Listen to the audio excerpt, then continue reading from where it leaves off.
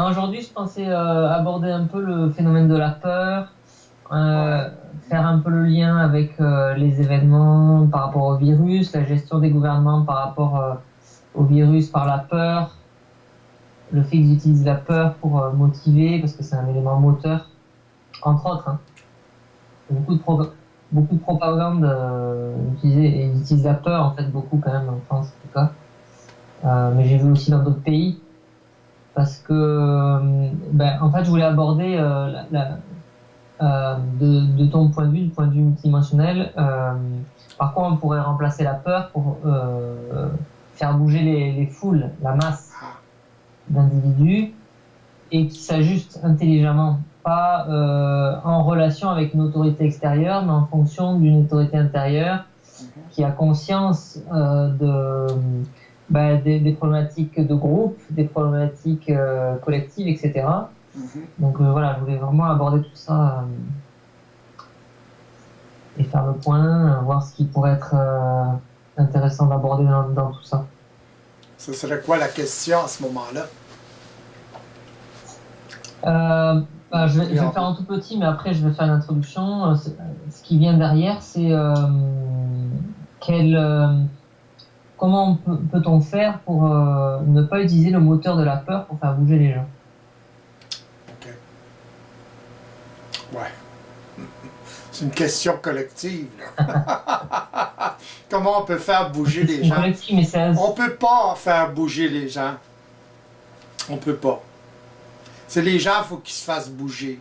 Autrement dit, c'est les gens, les individus qui doivent prendre conscience. On ne peut pas forcer les choses. Les gens doivent subir leur peur, qu'elle soit d'un côté ou de l'autre. Parce que il y a des gens qui ont peur du virus dans le sens d'une façon extrême. Avoir peur du virus et d'autres qui ont peur, mais d'une façon extrême aussi, mais d'une façon différente.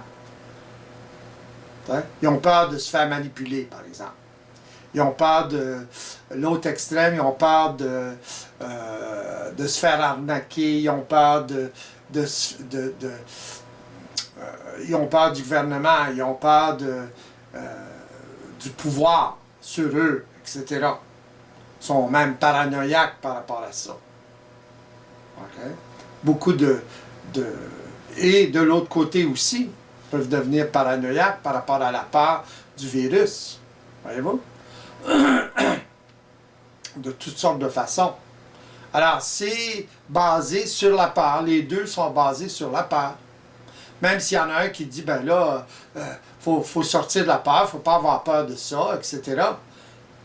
Mais dans le fond, ils ont peur autant que les autres, d'une façon différente.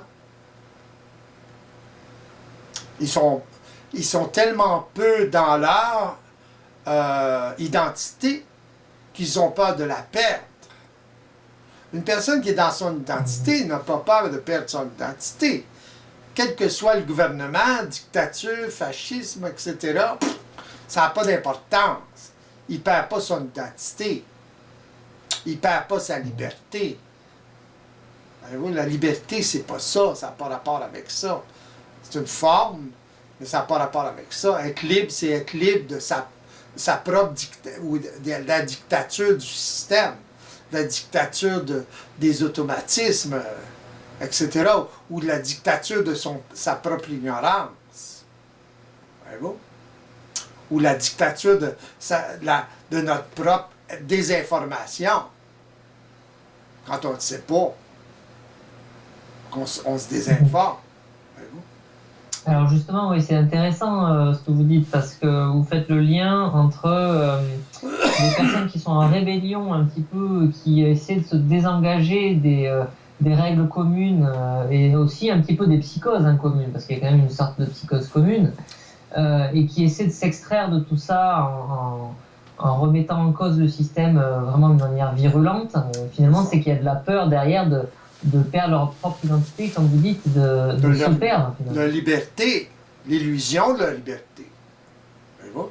Pour eux, perdre la liberté, c'est se faire dire quoi faire, etc. Ça peut aller à l'extrême dans le sens, regardez bien comment c'est absurde. Ça peut aller à l'extrême dans le sens, bon ben, moi je ne veux plus conduire à droite, je conduis à gauche. J'ai décidé ça, parce que ça brûle ma liberté d'être obligé de conduire à droite. Bonne chance. On va le retrouver au cimetière, le monsieur, ou la madame. Voyez-vous? Ouais. Mais ça fait partie des protocoles, des protocoles de la civilisation, de se civiliser. Si tout le monde décidait par lui-même, bon ben là, aujourd'hui, je conduis à gauche, demain, je conduis à droite, etc., imaginez la confusion. Il y aurait beaucoup d'accidents. Voyez-vous? C'est la même chose au niveau du COVID, c'est la même chose au niveau de toutes ces choses-là. Donc finalement, le fait qu'il y ait des peurs qui fassent tendre d'un côté ou de l'autre, c'est que ça polarise énormément la conscience finalement, parce qu'on voit vraiment deux polarités qui émergent. Ouais. Une qui est vraiment en rébellion contre ce qui est en train de se passer et qui est vraiment contre toutes les directives prises par les gouvernements, puis les autres qui acceptent le tout et qui, pour ne pas se sortir du collectif, font comme si de rien n'était, tout va bien, il n'y a pas de problème, ils font vraiment l'inverse. Exactement. Alors, quelqu'un qui base sa liberté sur quelque chose comme ça, OK, qui croit être conscient, supramental, etc., est dans le champ. Totalement. Il ne sait pas de quoi il parle. Voyez-vous? Parce que la liberté n'est pas là. C'est pas en se rebellant contre un vaccin ou contre des normes gouvernementales, etc., à ce sujet-là qu'on... Alors, la personne qui base ça là-dessus ne sait absolument rien de ce qu'est la réalité d'être libre. De ce que c'est être une personne individualisée ou une personne avec une identité réelle ou ne réalise absolument pas qu'est-ce que c'est être centré, qu'est-ce que c'est être décentré. Oui, justement, ce qui me venait en tête, la question qui suivait, c'est est-ce que c'est justement du fait qu'ils essaient ou la plupart des individus, je pense que c'est la majorité, grande majorité, essaient d'être libres en fonction des autres ou en fonction des systèmes extérieurs. Oui, exactement. C'est ça. Donc, c'est ça être décentré. Allez-vous? Mais pendant ce temps-là, ils ne s'occupent pas de leur liberté réelle, qui est la libération en fonction du système, en fonction de leur mémoire, en fonction de la programmation, etc., comment ils sont programmés, en fonction de leur personnalité. Ils ne savent même pas qu'est-ce que c'est leur personnalité. Ils la chérissent, ils la protègent, leur personnalité. Et dans le fond, leur personnalité, c'est quoi? C'est la résultante de leur lien de peur, lié par la peur, au collectif. Parce que leur lien avec les autres, c'est purement lié à la peur. C'est ce qui forme la personnalité. Donc, vos personnalités sont basées sur la peur. Sont créées de la peur.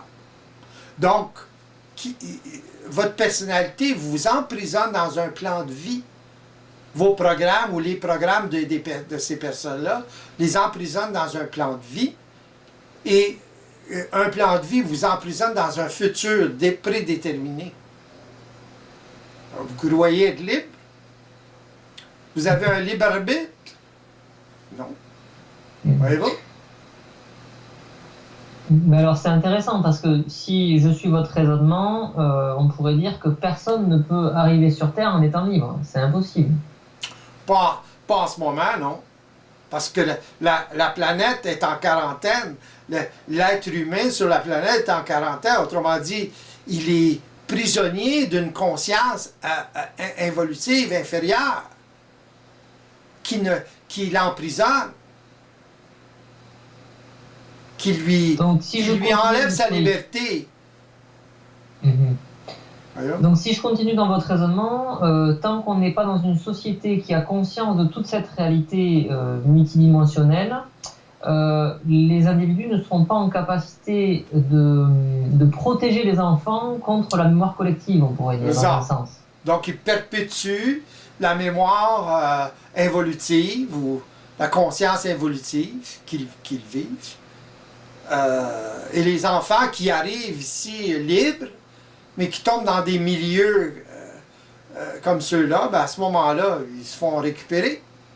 Comment? Par la peur. Pourquoi l'enfant se fait récupérer? À cause qu'il a peur d'être seul. Il sait qu'il ne peut pas survivre seul. Donc il va faire les concessions en conséquence. Malgré lui, il n'en a pas conscience de ça. Mais il le fait pareil. Il signe le contrat. Voyez-vous? Avec le collectif de son environnement. Et il passe sa liberté automatiquement. À partir de là, sa personnalité commence à se former, basée sur la peur de ne pas survivre, d'être seul, etc. C'est le prix. Donc, le contrat, c'est ça. Et il vit toute sa vie à travers la peur. Autrement dit, lié au collectif, lié aux autres, lié au jugement des autres, aux interdits des autres, à la conscience involutive, inférieure des autres. C'est comme ça que... C'est ça de la réincarnation. La réincarnation, c'est pas ce que les gens pensent. La réincarnation, ou ce qu'ils appellent la réincarnation, on devrait utiliser un autre terme, là, différent, c'est tout simplement l'incarnation de cette conscience-là, d'une conscience à une autre. Dans le sens que l'enfant, il s'incarne, mais la conscience des parents, de son environnement, s'incarne en lui. Il n'était pas Néfertiti, tout le monde était Néfertiti à ce niveau-là. Dans le sens qu'on subit l'influence de Néfertiti ou de whatever. De toute l'humanité qui est passée avant nous, toutes les expériences personnelles et collectives.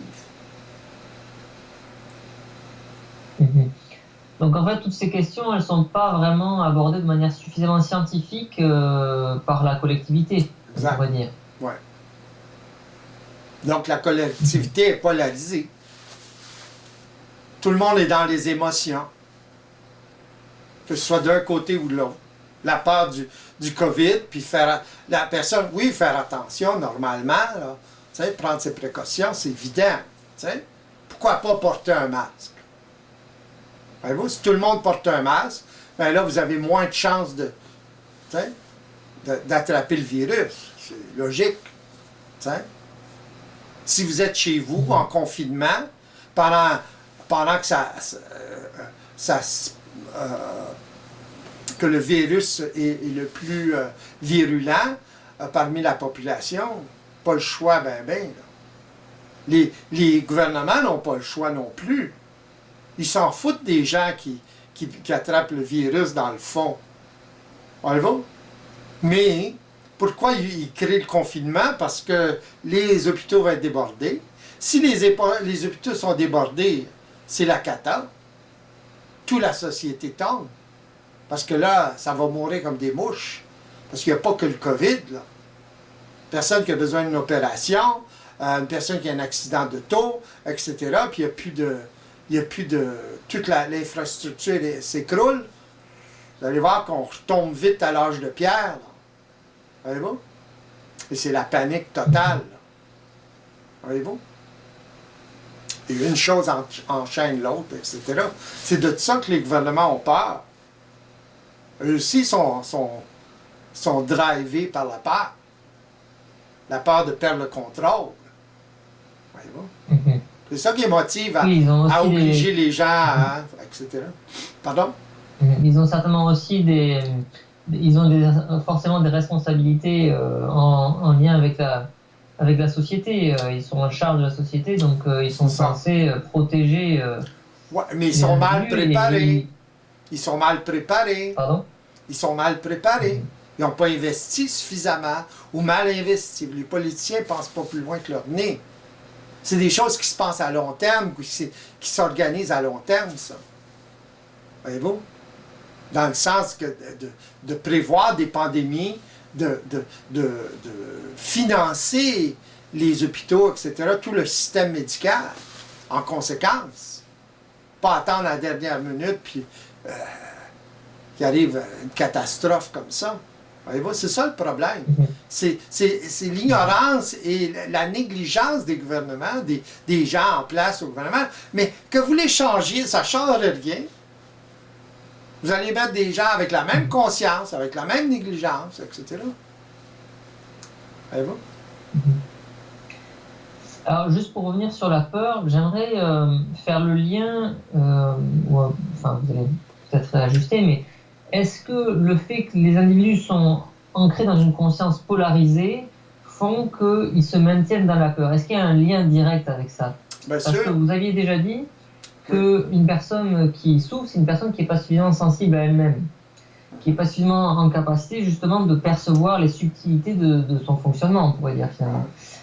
Est-ce que le fait d'avoir une conscience polarisée limite cette capacité de perception des aspects subtils en soi? Oui, la polarité mentale, c'est ce qui brouille, c'est ce qui embrouille, c'est ce qui empêche l'individu d'observer adéquatement, d'observer les dessous, si vous voulez, vibratoires ou les dessous mécaniques du système. Alors, c'est ce qui crée son ignorance. Il se maintient dans l'ignorance à travers le fait qu'il polarise constamment. Tant qu'il polarise, il se maintient dans un mental polarisé, il se maintient dans une conscience involutive. Voyez-vous? Et c'est un cercle vicieux, là. Voyez-vous? Mais alors, est-ce que le fait d'observer le système ne dépolarise pas l'individu, puisque quand on observe le système, on voit toutes les subtilités finalement. Exactement. Exactement. Plus il est en voie d'observer le système, plus il est dans l'expérience d'observer le système, comment ça fonctionne réellement, ben, plus il se libère de la polarité. Mais avant ça, il va toujours avoir une résistance à observer le système. Parce qu'il est habitué à... L'homme, l'être humain est habitué à observer autre chose, un autre système, dans le sens de son interprétation du système, soit à travers la religion, à travers toutes sortes de croyances. Mais des croyances, ce n'est pas la réalité. Voyez-vous? Une différence entre penser que la Terre est plate et, croire que la Terre est plate quand elle est ronde. Scientifiquement, on sait qu'elle est ronde. Voyez-vous? Il y en a encore aujourd'hui qui croient que la Terre est plate. La preuve, c'est ça. Pas une preuve réellement, là, mais c'est ça. Fait qu'ils croient. Fait que la croyance, donc l'interprétation du système, tout le monde perçoit le système dans le sens qu'ils sentent qu'il y a quelque chose de puissant. Voyez-vous? Qui les manipule. Mais ils interprètent cette entité-là, si vous voulez. Ils l'aperçoivent comme une entité. De là, la création de Dieu, à l'image de l'homme, etc. Donc finalement, une personne est démunie tant qu'elle ne prend pas conscience, qu'elle est polarisée dans son mental, qu'elle n'a pas une approche scientifique de la réalité de son système. Tout ça, c'est des pièges sur le chemin de la découverte, finalement, de comment ça fonctionne. Oui, oui. Puis ça s'auto-défend. Dans le sens que tant que la personne parle, pense, fonctionne de façon polarisée, elle se maintient dans cette conscience-là. Elle ne le réalise pas. Elle utilise des termes, des mots polarisés. Elle ne le réalise pas. Mais tant qu'elle fait ça, elle polarise son mental. Elle se maintient là-dedans. Voyez-vous? C'est l'ignorance Alors ça totale. c'est intéressant. Ouais. Et ça c'est intéressant parce que tant qu'une personne, vous dites, est dans une conscience qui est polarisée, elle ne sera forcément pas en capacité de comprendre son système. Donc elle va être dans la peur. Elle va Ouais. vivre de l'anxiété et de ne pas comprendre comment elle fonctionne. C'est ça. Donc c'est un cercle vicieux tout C'est un ça. cercle vicieux. Ouais. Ouais. C'est ça la quarantaine. Elle est seule. Elle se sent seule. Même en groupe, elle se sent seule. Elle est seule.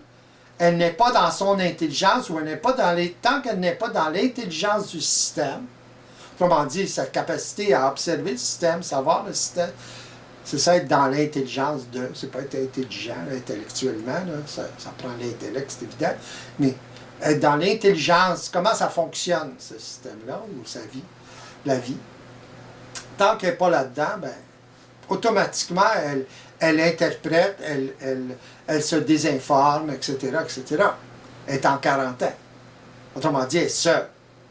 Si elle est seule pour figurer la vie, voyez-vous, ça n'a pas d'autres moyens, mais elle ne peut pas se sentir sécure. Donc, elle va toujours sentir une insécurité de fond. Pourquoi? Parce qu'elle est totalement décentrée. Non seulement il y a la polarité, mais il y a son lien avec le collectif, avec cette conscience-là, à travers la peur. Voyez-vous? Sa peur d'être jugé par les autres, etc. Regardez comment ça motive les gens, ça. C'est que ça. Donc, ça descend l'individu. L'individu ne fonctionne pas au niveau de sa personne, il fonctionne au niveau de la personne des autres. Ou la personnalité plutôt des autres. Elle dépend du jugement des autres, des interdits des autres, etc., etc., etc., pour se guider dans sa vie. OK, bonne chance. Elle est totalement décentrée. Alors, voyez-vous comment l'affaire de la liberté, là, croire qu'on atteint à notre liberté, les autres atteignent à notre liberté, c'est le même lien de peur avec le collectif. Voyez-vous? Fait qu'une personne qui parle comme ça, quel que soit son niveau dans la société, là, ou qu'elle se croit à un certain niveau, elle n'est pas dans son identité. Qu'elle parle de supramental, de n'importe quoi, elle n'est pas dans son identité. J'entends des personnes qui font des conférences ou qui font toutes sortes de choses au niveau du supramental. Puis ils parlent comme ça. Ridicule. Ridicule. Puis il y a des gens qui y croient. Mais alors justement, là, il y a un piège parce qu'une personne qui est dans cet état-là, elle se sent en puissance parce qu'elle se rebelle, elle se sent dans son individualité, elle a la sensation d'être plus ancrée en elle-même parce qu'elle s'affranchit des limitations de la collectivité dans un sens. Ouais. Donc, comment amener que même ce sentiment de puissance n'est pas encore la solution. Exactement. C'est que ces gens-là, justement, qui parlent au collectif, justement, qui se manifestent, ils sont encore plus enlisés dans tout ça. Voyez-vous, là?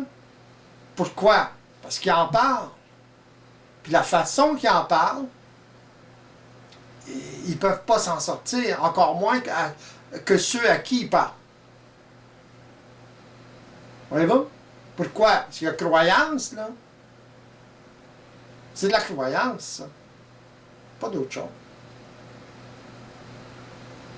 Ça ne peut pas être de l'expérience de la personne. Ça ne peut pas être une expérience scientifique de la réalité. Voyez-vous?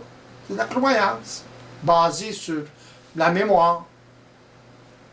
Il faut se libérer du gouvernement, il faut se libérer des autres, dans le sens, c'est les autres qui nous oppriment. Voyez-vous, là? C'est pas les autres qui nous oppriment. Mhm. C'est votre peur des autres qui vous opprime, par exemple. Voyez-vous? C'est votre peur du jugement des autres qui vous opprime. Voyez-vous comment c'est déplacé, là? Comment c'est interprété? Tout est à l'envers. Complètement. Donc finalement, vous dites si la peur des autres est enlevée, il n'y aurait pas besoin de se rebeller contre des faits qui sont relativement mineurs, quoi, Ouais, qui viennent de l'extérieur. Mais exactement. par contre, s'il y a des influences extérieures qui sont vraiment nocives pour soi, c'est normal d'être en désaccord et de se... Bien sûr. D'ajuster ça, Des s'ajuster parties par de rapport à ça. Mhm. Si vous êtes dans un milieu, par exemple, que ce soit un couple ou que ce soit avec d'autres personnes, travail, toxique, un milieu toxique, dans le sens, qu'est-ce que c'est un milieu toxique? C'est un milieu qui vous met constamment en vibration. OK? Fait que vous pouvez être en vibration puis vivre des émotions. OK? Et réagir à ce milieu-là. Mais si vous êtes plus individualisé, si vous êtes en mesure d'observer vibratoirement au niveau multidimensionnel, à ce moment-là, vous ne vivrez pas d'émotions, mais vous allez vivre des mises en vibration qui proviennent justement de la réaction de votre milieu. OK? Fait que, à un moment donné, vous ne serez plus en mesure de gérer cette énergie-là. Ça va être trop. Donc, vous allez changer de milieu. Voyez-vous? Vous allez essayer d'ajuster votre milieu, mais dépendant de l'intelligence de votre milieu ou de la capacité d'intelligence de votre milieu. Si vous êtes avec des gens, des individus qui sont plus évolués, plus conscients, ben là, vous allez avoir des problèmes quand même, des mises en relation, mais vous allez être capable d'échanger ou de communiquer plutôt avec ces gens-là pour justement ajuster la situation ou ce qui se passe. Mais avec des gens inconscients totalement, bonne chance. Donc, vous allez être obligé de changer de direction, vous vous extirpez de ce milieu-là. Voyez-vous? C'est ça qui va déterminer vos mouvements. Votre vie va être la direction de votre vie va être déterminée par votre capacité à avoir la paix. Voyez-vous? Donc, si vous êtes trop en vibration, vous n'avez pas la paix. Si vous êtes avec une personne qui vous met tout le temps en vibration, qui essaie tout le temps de vous contrôler, qui essaie tout le temps de... etc., vous ne voudrez pas rester dans une situation comme ça longtemps. Vous allez essayer le maximum, mais... Oui. Donc finalement, plus une personne est dans le processus que vous proposez, qu'elle commence tranquillement à remettre en cause ce qui en elle crée du trouble, elle va naturellement être plus à même à le faire aussi avec son entourage. Oui, exactement. Donc, tu sais, elle va être avertie. C'est pas une question de se fâcher contre son environnement.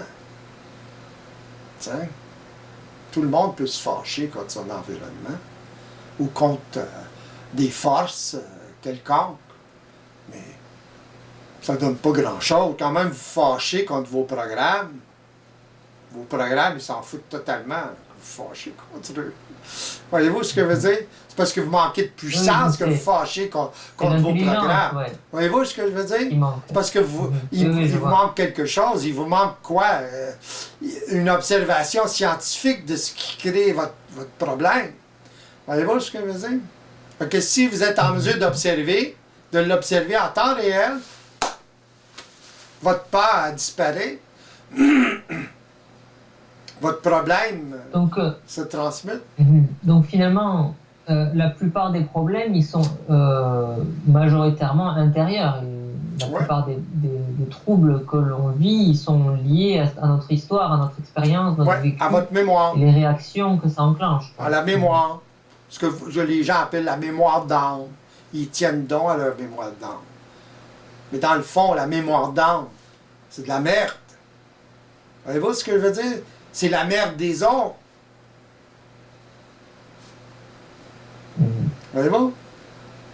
Qui ont jamais vu à travers leur propre merde. Voyez-vous? Excusez le langage. Voyez-vous? Alors, c'est à vous démerder. Ouais, vous sortir de là.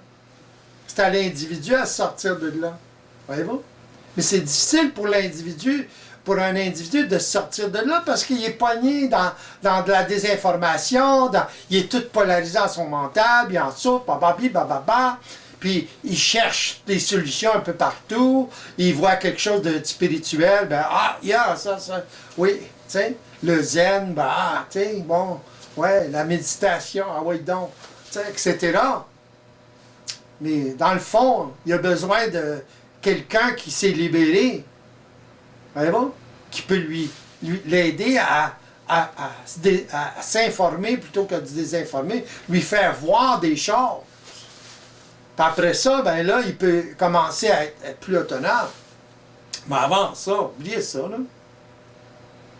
Les gens pensent qu'ils peuvent s'en sortir tout seuls. C'est la quarantaine.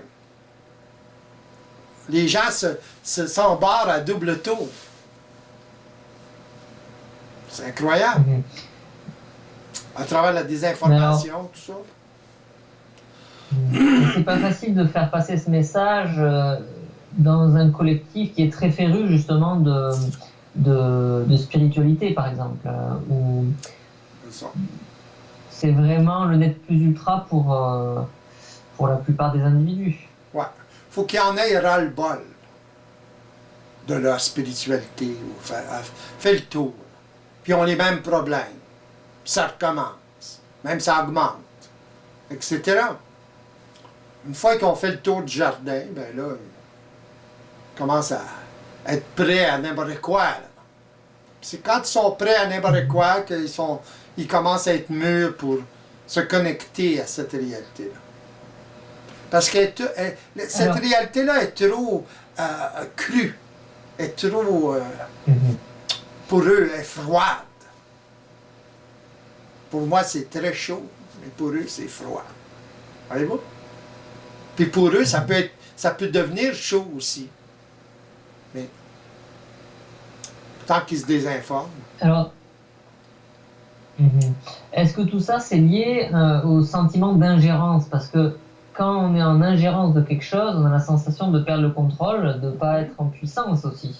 Exact. Donc, est-ce que ce senti, c'est ce qui mène l'individu à chercher jusqu'à ce qu'il trouve finalement? Et à chercher, et à cause de l'ingérence, regardez bien comment c'est subtil, à cause qu'il sent de l'ingérence justement, OK?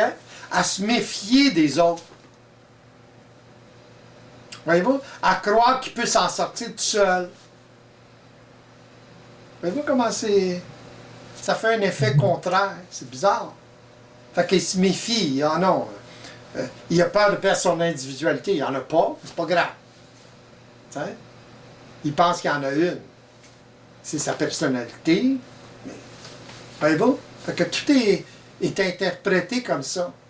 Fait que quelqu'un qui a pas d'individualité puis qui a peur de perdre son individualité, pensez-vous qu'il va aller voir quelqu'un pour en parler puis essayer de s'en sortir? Pas du tout. Voyez-vous? Donc, c'est des aspects, c'est un cercle vicieux en fait. Il y a beaucoup de cercles vicieux qui empêchent le processus finalement. Oui, exactement. Ouais. Qui retardent. C'est ça les clés à double tour de la quarantaine évolutive. C'est occulte. Les gens ne savent pas, ils ne s'en aperçoivent pas. Ils ne le voient pas. Ils prennent une voie, par exemple, spirituelle ou ésotérique par rapport à ça, puis ils croient ça dur comme fer, puis ils pensent qu'ils vont se libérer comme ça. Mais ils ont c'est évident qu'ils ont beaucoup de difficultés à l'appliquer dans leur vie de tous les jours. Combien j'en rencontre, moi, de gens qui ont passé par là, puis toute cette panoplie de croyances, le kit, puis quand ils réalisent justement qu'ils ne peuvent pas l'appliquer. Tous, ils me disent ça. Ils ne peuvent pas l'appliquer. Comment l'appliquer? Comment? C'est quand des entités vous parlent, puis le kit, comment vous allez appliquer ça dans votre vie de tous les jours? Oubliez ça. Donc finalement, il faut que ça tombe à terre, tout ça. Toutes les croyances, tout ce qui n'est pas ajusté doit tomber à terre avant que il y ait une ouverture vers quelque chose de plus ajusté, quoi. C'est ça. Tu sais, il y a quelque chose derrière ça. Tu sais, quelqu'un qui croit, qui enthétise, tout ça. Il y a quelque chose derrière ça. Ce qu'il y a derrière, c'est mécanique, c'est des programmes, c'est pas en vie, c'est mort, dans un sens. Voyez-vous? C'est en vie d'une certaine façon, dans le sens d'une mécanique. C'est la vie, justement. Mais eux, ils pensent que... comment je dirais ça? Alors, est-ce que c'est pas de l'information à ce à quoi on se connecte, de l'information finalement? Donc ça semble être vivant parce il y a de l'information, il y a Ouais. Ben, c'est une forme de vivant. conscience. C'est vivant. Regardez bien comment c'est subtil. C'est vivant à cause de l'information, à cause que la vie fonctionne comme ça. OK? Mais c'est mécanique. Ça ne veut pas dire que parce que c'est mécanique, c'est pas vivant. Voyez-vous ce que je veux dire? L'univers fonctionne de cette façon-là. L'univers est très mécanique. Demandez à n'importe quel scientifique en physique, vous allez voir que, tu sais, c'est mécanique. On n'appelle pas ça la mécanique quantique pour rien. Voyez-vous? Les gens spirituels, ils parlent de quantique, puis de conscience quantique, etc. Mais ils parlent de quoi, là? C'est de la mécanique. Ils essaient de mêler quelque chose avec ça. Ouais, je comprends. Ça se mêle, mais pas comme ils pensent. Pour eux, la conscience, c'est autre chose. Allez-vous? Donc ce qui leur manque, c'est la conscience que tout est absolument mécanique. Ouais. Et la différence, c'est que nous, en tant qu'être humain, en tant qu'être conscient, ou avec un potentiel de conscience, on a une conscience de cette mécanique-là. C'est ça qui fait la différence. C'est ça être libre. C'est ça la libération. Parce que à ce moment-là, on a la capacité, une fois suffisamment ajustée, d'utiliser le système au lieu d'être utilisé par le système. Un animal, l'homme actuel, est utilisé par le système, à son insu, malgré lui, etc. C'est ça qui souffre.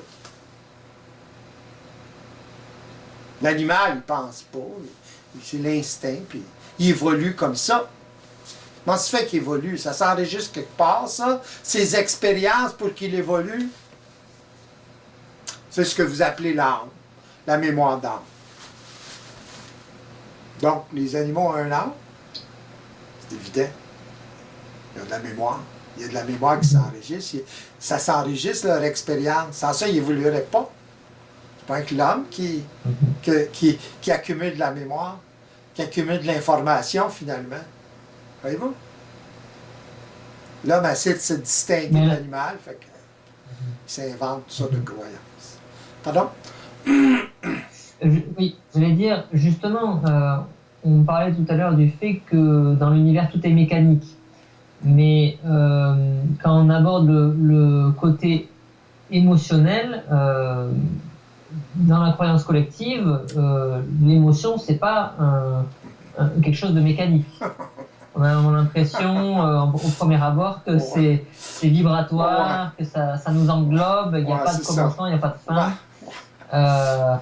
Mais l'émotion, c'est nébuleux. Ouais. L'émotion, c'est la manifestation même de la mécanique. La manifestation même. Voyez-vous? D'un individu qui n'a pas conscience que c'est mécanique, que de la mécanique systémique. Un individu qui a conscience de la mécanique systémique, il ne vit pas d'émotions comme les gens vont vivre des émotions, dans le sens qu'il ne perd pas le contrôle. Il peut vibrer, peut être en vibration, mais c'est lui qui est en contrôle mental de la vibration, de la mise en vibration, et de l'utilisation de cette énergie-là de la façon qu'il veut. Pas de la façon qu'il peut, ou qu'il ne peut pas, comme l'émotion. Alors ça signifie que tant que l'individu n'a pas conscience en temps réel que l'émotion, par exemple, que l'aspect émotionnel est absolument mécanique, il est forcément automatiquement en ingérence émotionnelle. Qu'est-ce que vous voulez dire ingérence émotionnelle? C'est-à-dire qu'il n'est pas en capacité de gérer Ouais, la réalité. ingérence, oui. OK. Ouais. Non-gérance, ouais. Il est pas capable de gérer, ben non. Il est pas capable de gérer son énergie, donc il souffre l'expérience pour en arriver un jour à gérer l'expérience énergétique, autrement dit. Voyez-vous? Mais il faut qu'il passe par la souffrance pour qu'il puisse allumer à la réalité qu'il y a derrière ses émotions. Puis la réalité qu'il y a derrière ces émotions, c'est de la mémoire, c'est de l'information, c'est de la programmation. L'accumulation d'informations et de mémoire, ça crée la récurrence d'une expérience, ça crée un programme. Et ensuite, un automatisme.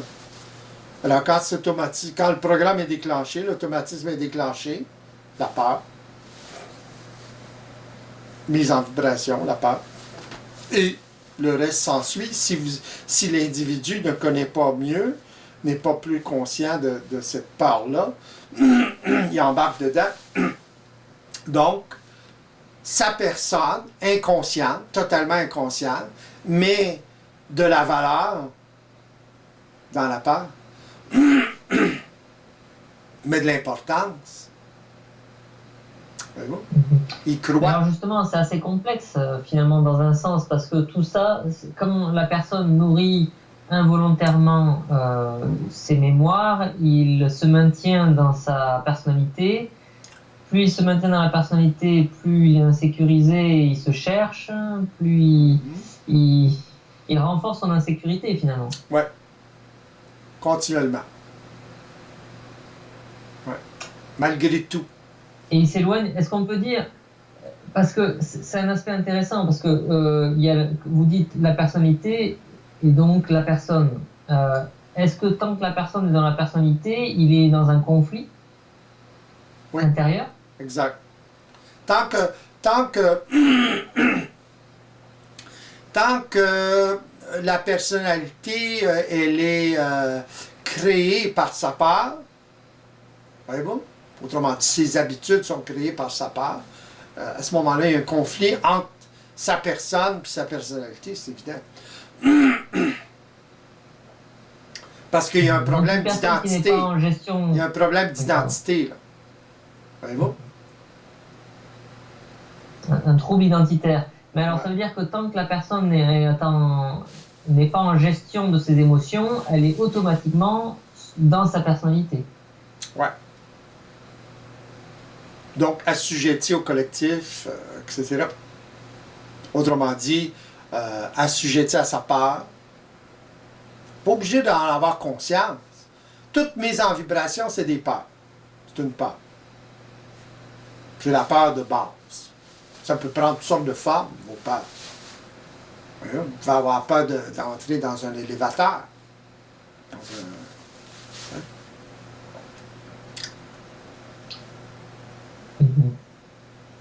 Peur de tout. Alors vous dites, il n'y a pas d'autres...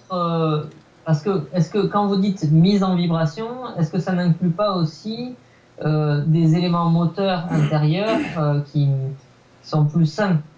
Par exemple, je sais pas, par exemple, le besoin de manger, le besoin de communiquer, et d'avoir une relation saine.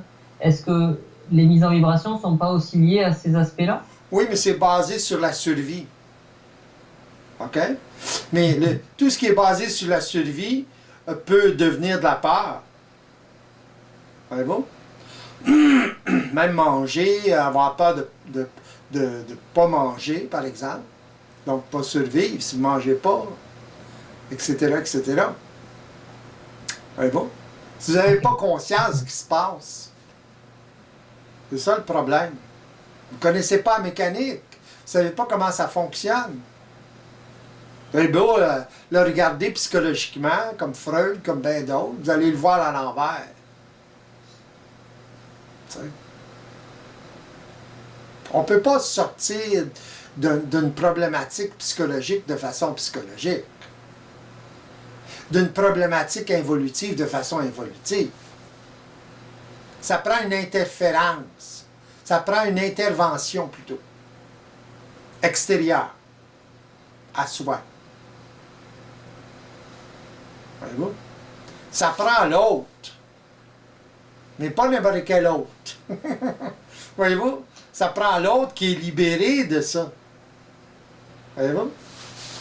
Une fois qu'il est libéré de ça, suffisamment libéré de ça, il peut interférer, par exemple, si vous y parlez, ben, il peut interférer dans votre cercle vicieux, là. Ou essayer, en tout cas. Jusqu'à temps que vous commenciez par vous-même à prendre conscience des paradoxes, finalement, que vous vivez. Et à ce moment-là, commencez à vivre cette expérience-là, puis se rendre compte. Quand vous commencez à vous en rendre compte par vous-même dans votre propre expérience, là, vous commencez à être plus autonome. Et ça a pris quand même cette intervention-là. Voyez-vous? Vous avez été chercher cette intervention-là. Quand une personne va chercher ce genre d'intervention-là, il ne sait pas ce que ça va donner. Dans le cas d'une intervention d'une personne éveillée, il ne sait absolument pas ce que ça va donner. Il ne s'attend pas du tout à ça. Mais pas du tout. Il espère autre chose, là, parce qu'il est habitué à penser comme ça. Mais il ne réalise pas. Il ne peut pas réaliser ça. C'est complètement en dehors de la boîte. La boîte involutive. Ça ne se pense pas. Pourquoi ça ne se pense pas? Parce que ça ne peut pas se réfléchir. Il n'y a pas d'expérience. Voyez-vous? Ou seulement quand il commence à, vous dites... à interagir avec une personne comme ça, que là, il commence à se créer une autre mémoire, une autre conscience. Oui. Oui, donc vous dites, ça se pense pas, la personne qui n'a pas encore vécu l'expérience ne peut pas l'intellectualiser encore. Non. Parce qu'il fonctionne à travers la réflexion. Fait il va réfléchir dans quoi? Il n'y a pas d'expérience. Pour ça que les gens ont tant de difficultés à s'en sortir. C'est ça la quarantaine. Voyez-vous? C'est pour ça que les gens se sentent démunis, seuls. On ne peut pas être intelligent tout seul. On n'est pas intelligent tout seul dans notre tête tant qu'on n'a pas connecté avec le système. Quand on connecte avec le système, on sait comment ça marche, ben là, on est moins démunis. C'est ça que ça veut dire. On a plus de moyens. Sans ça, on n'a pas de moyens, là. On a fait le tour des moyens. Quand tu as fait le tour des moyens, tu commences à être désespéré, là.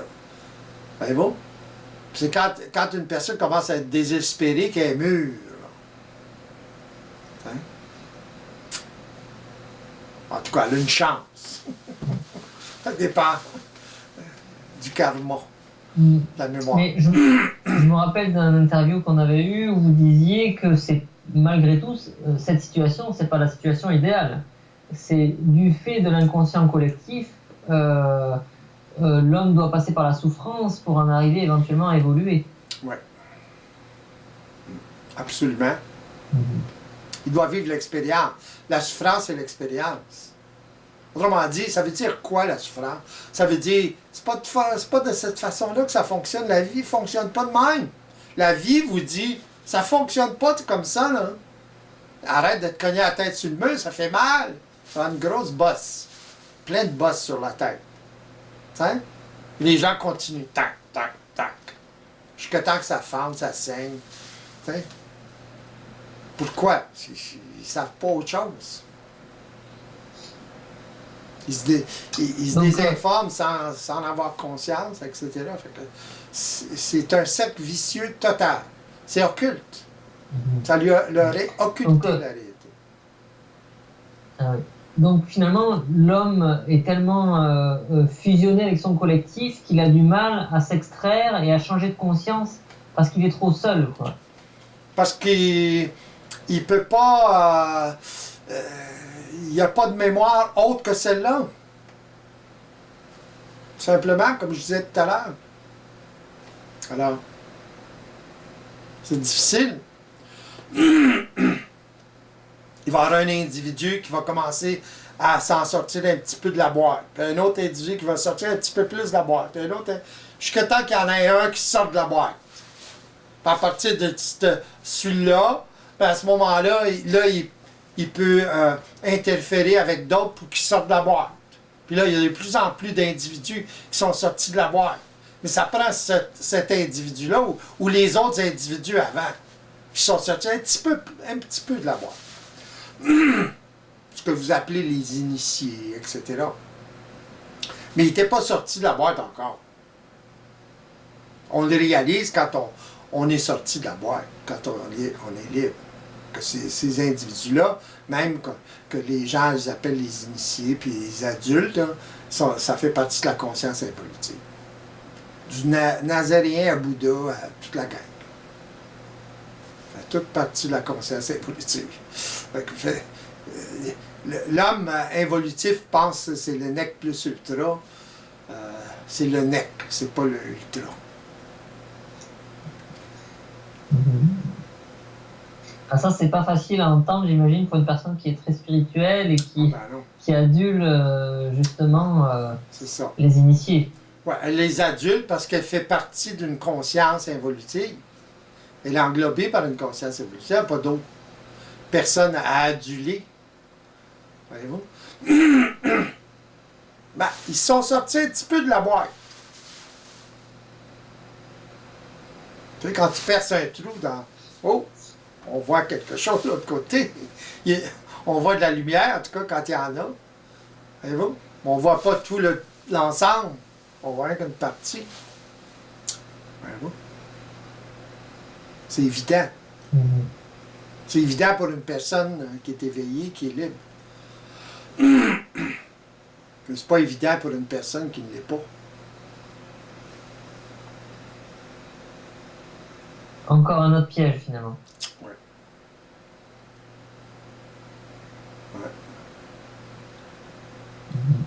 Donc au début, c'est un peu intéressant parce que ça ramène à ce concept de la Maya. C'est un concept qui est très vieux, la Maya. Comme s'il y avait des voiles en fait qui empêchaient la conscience de s'extraire de la conscience collective. C'est ça la Maya, hein, finalement. La Matrix. Ouais. La matrice. C'est ça. Donc finalement, tous les pièges, tant que l'individu n'est pas en mesure de le voir par lui-même, tous ces pièges, il est forcément piégé dans la matrice. Ouais. C'est lui qui se piège lui-même, sans le savoir. Il se maintient là-dedans sans le savoir. T'sais? Par ignorance, par manque d'expérience, tout simplement. Puis, et par influence, c'est évident. L'homme est totalement influencé par le collectif, par sa conscience collective, par son lien de peur avec le collectif. Puis il a peur des autres en même temps. Voyez-vous? Il a peur de se faire influencer par les autres. Imaginez. Il est absolument influencé, mais il a peur d'être influencé. Oh là là! Ça commence à être méli-mélo, là. Voyez-vous? C'est ceux qui croient le plus qui ont le peur d'être. Qui ont le plus le peur d'être influencés. Imaginez. Ils sont déjà influencés au bout. Donc tout ça, c'est lié à une sorte d'insécurité fondamentale du fait que la personne n'est pas suffisamment ajustée à son système? Et oui, l'ignorance totale, puis la désinformation totale. C'est une bulle très épaisse. Ils sont à l'intérieur de cette bulle-là, puis that's it.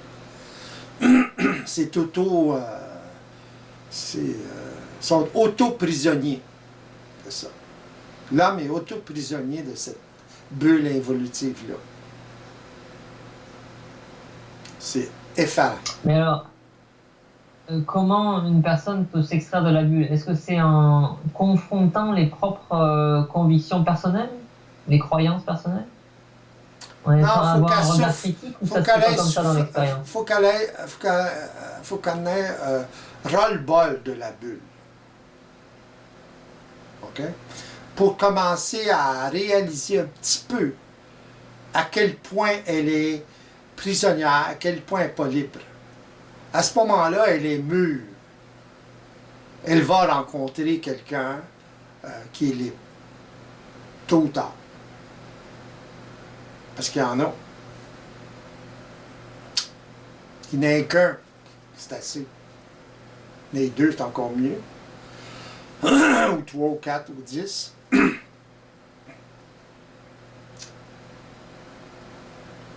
Mais pour elle, ça va être un. Qui n'est 10 ou 100, ça va être un. On va connecter avec une personne.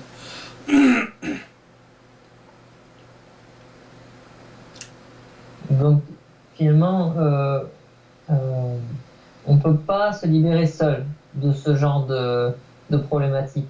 Non, il faut d'influence.